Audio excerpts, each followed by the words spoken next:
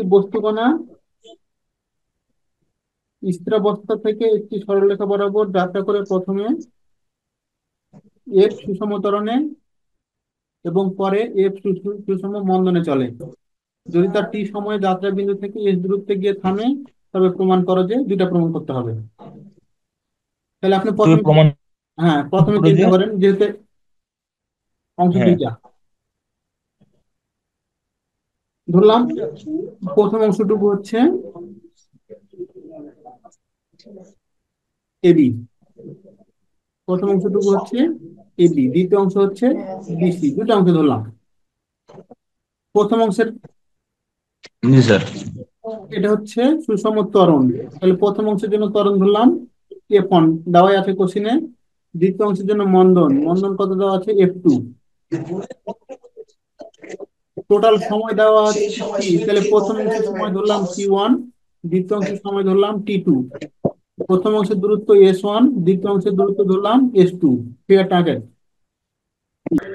আদি বেগ ধরে নিলাম 0। আর যেহেতু পরের অংশ মন্দনে চলে, শেষ বেগ কত হবে,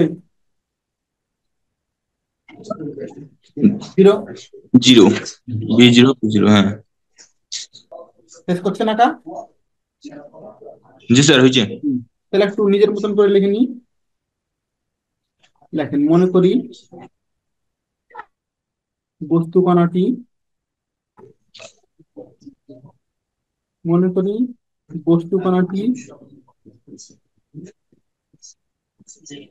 এ বিন্দু হতে যাত্রা করে, এ বিন্দু হতে যাত্রা করে F1 সুষম ত্বরণে, F1 সুষম ত্বরণে T1 সময়ে, T1 সময়ে S1 দ্রুত অতিক্রম করে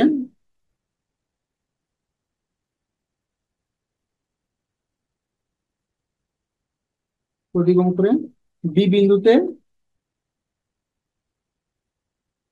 বি বিন্দুতে, আচ্ছা এখানে একটা বেগ ধরলাম, কিন্তু যেহেতু ত্বরণ হচ্ছে এখানে একটা বেগ অর্জন হবে না। আর এখানে শেষ বেগটা ভি না ধরে সরাসরি শেষ বেগ লেখেন। বি বিন্দুতে ভি বেগ প্রাপ্ত হয়। মানে গাড়ি গাড়ি স্যার ওখানে থামবি, ওখানে ওখানে থাকবে। হ্যাঁ, বি বিন্দুতে ভি বেগ প্রাপ্ত হয়। দেখেন তো, ফিগারে যা আছে তাই শুধু লিখলাম। এ বিন্দু থেকে যাত্রা শুরু করে F1 সুষম ত্বরণে T1 সময়ে S1 দূরত্ব অতিক্রম করে বি বিন্দুতে পৌঁছে ভি বেগ প্রাপ্ত হয়। বুঝছে না? হুম। এবার দ্বিতীয় হুম। অংশের বর্ণনা কি দিবেন? আবার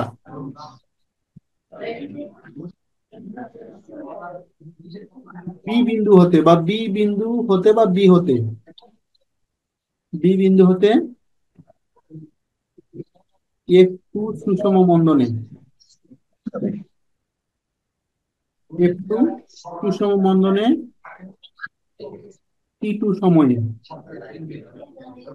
একটু সুষম মন্দনে T2 সময়ে S2 দূরত্ব অতিক্রম করে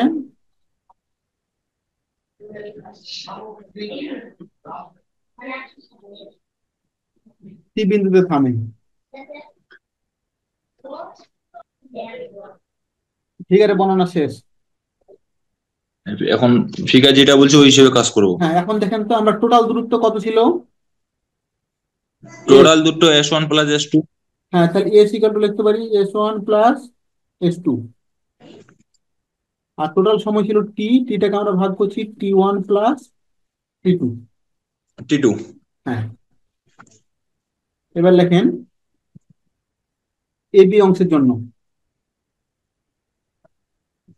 এবি অংশে, এবি অংশে। এবি অংশের জন্য। হুম, আমরা একটা সূত্র জানি না, ভি সমান ইউ প্লাস এটি। হ্যাঁ। তাহলে এখানে ভি বলতে ভি, ইউ বলতে আদি বেগ 0, এ জিরো। বলতে হচ্ছে F1, আর টি হচ্ছে T1।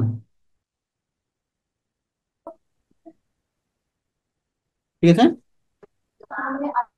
ভি সমান U equal to plus, F one two one, হ্যাঁ, হ্যাঁ এটি।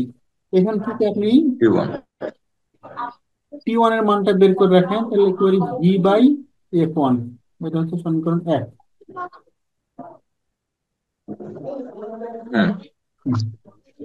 আবার ওই এবি অংশের জন্য আবার আমরা আরেকটা সূত্র জানি, S equal to VT.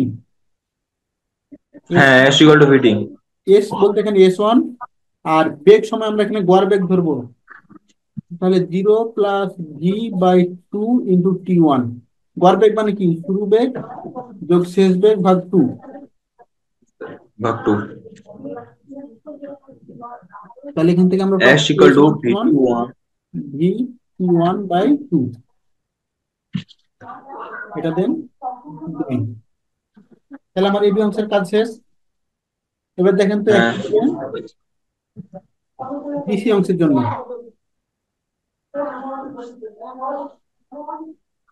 BC অংশের জন্য তাহলে এখানে শেষ বেগ কত এবার, 0। জিরো। হ্যাঁ, আমরা সূত্র কি, ভি সমান ইউ প্লাস এটি, কিন্তু মন্দনের ক্ষেত্রে আমার সূত্র কি হবে, মাইনাস হবে। হ্যাঁ। এখানে আদি বেগ এবার কোনটা, আদিবেগ ভি। ভি। তাহলে ভি মাইনাস F2 T2। বুঝছেন এটা? Yes sir. হুম। তাহলে এখান থেকে আমরা T2 সমান কত পাচ্ছি, V/F2। Minus V by F two. তাহলে এখানে এটা পেয়ে গেলাম স্যার সমীকরণ 3। কেন দেখেন, F2 T2 এদিক নিয়ে আসেন, ভিটা ওদিক রাখে দেন। হ্যাঁ স্যার, ঠিক আছে ঠিক আছে। আবার আবার সূত্র হবে S2। S2 বলতে এখানে আবার ভিটি, ভি বলতে V+0/2 T2, বা S2 সমান V T2/2। এটা হচ্ছে সমীকরণ 4।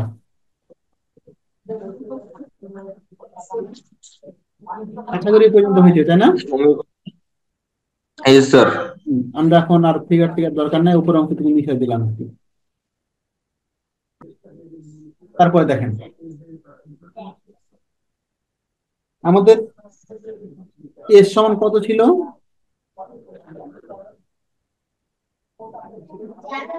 S1 + S2। এস সমান S one plus S two. হ্যাঁ, তাহলে আমরা S2 পেতে পারি কিভাবে, 2 + 4। 2 + 4 করে পাই। তাহলে পাচ্ছি আমরা কি, S1 + S2 সমান,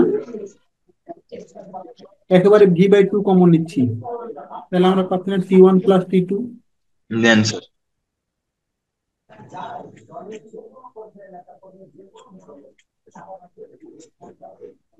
তাহলে এখান থেকে আমরা লিখতে পারি এস V/2, T1 + T2 পরিবর্তে কি লিখবো, টি। হুম। তাহলে আমরা এখান থেকে ভি এর মানটা বের করে রাখি, 2s/T, 2s/T।